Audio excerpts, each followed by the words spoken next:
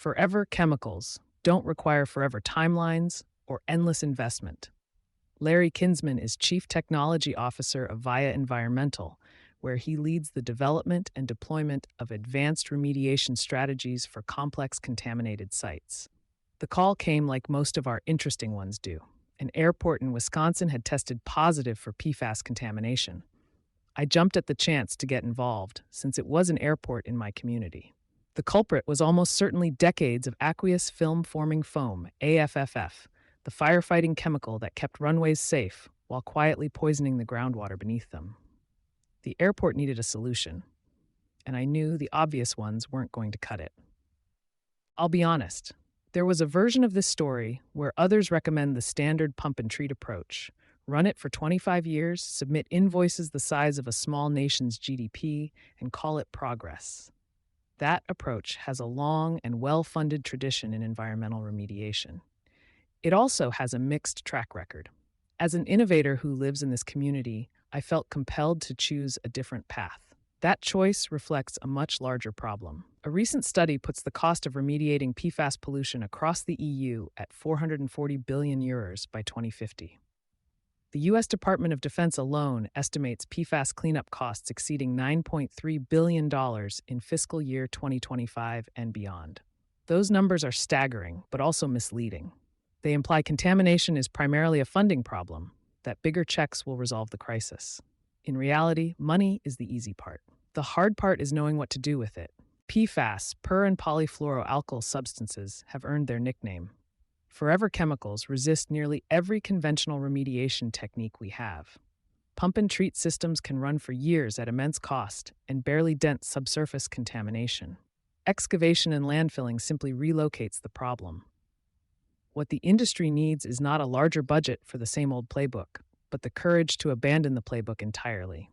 Forging a new path, for this PFAS issue, we partnered with Fixed Earth Innovations, a Canadian company that has pioneered a biological treatment technology leveraging site-specific microbes. Rather than waiting centuries for native microbial populations to chip away at PFAS, we identify microbes already present in the soils and groundwater within the contaminated site. Organisms that have developed an appetite for the local chemicals over time. These are cultivated through a non-GMO process and reintroduced directly into a treatment zone filled with our carbon-based BAM, bioavailable absorbent media technology, whose honeycomb structure absorbs and holds PFAS, but also provides an ideal habitat for microbial colonization. Think of it as the difference between hoping the right bacteria show up to the party and personally driving them there to socialize. The project targeted a 1,600 square foot contaminated area near the airfield. Within only a few months, monitoring showed PFAS concentration reductions of up to 90% within the source area and over 99% in the same well after 1 year. For a class of chemicals the industry assumed could not be biologically degraded at field scale, those results demand attention. The hardest test case. Skeptics will note that PFAS is a different beast. Its carbon-fluorine bonds are among the strongest in organic chemistry, which is precisely what makes these compounds so persistent. Conventional biological degradation pathways largely do not apply. The airport project is therefore not just a proof of concept. It is a deliberate stress test of whether novel biological approaches can hold up against the most chemically recalcitrant class of pollutants we face. If it can work here, with legacy AFF contamination at an active airport, it opens a scalable path forward for thousands of similarly affected sites globally. A new remediation framework. This Wisconsin site is one project, but it points towards something much larger. The real frontier is deliberate sequencing. Biology does not need to do everything. At many PFAS sites, a biological phase can first reduce contaminant mass and mobility, reshaping subsurface chemistry and shrinking the treatment footprint. That creates a far more efficient environment for follow-on technologies to finish the job. High-temperature thermal destruction, for instance, becomes dramatically more tractable when applied to a source zone that biology has already worked over. By combining biological expertise with thermal remediation capabilities, it's possible to design an integrated treatment train where each technology operates in the conditions where it performs best. This garners far better results than forcing a single tool to solve the entire problem. This is not incremental improvement. It is a fundamentally different model for how remediation should be designed and executed. What the remediation community must do. The EU and US cost estimates should alarm us. The alarm, however, should be directed not just at the scale of the problem, but at the complacency embedded in how we propose to solve it.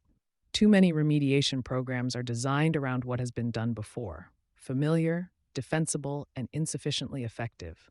Project managers reach for proven technologies because the liability landscape penalizes failure and procurement rewards the familiar. The remediation community has a role here that goes beyond the bench. We now understand phase behavior, reaction kinetics, and microbial metabolic pathways in ways most traditional approaches do not. That knowledge, applied creatively at field scale, is what unlocks complementary treatment sequences like the one we are developing. We also need a regulatory and procurement culture willing to accept experimentation at scale.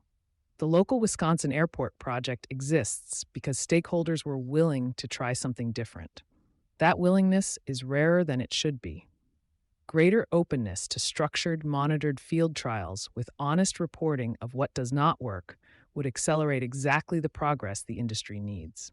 Forever chemicals have persisted in our environment because we have been patient with them. It is time to become impatient, not by spending more on the same approaches, but by insisting on smarter ones.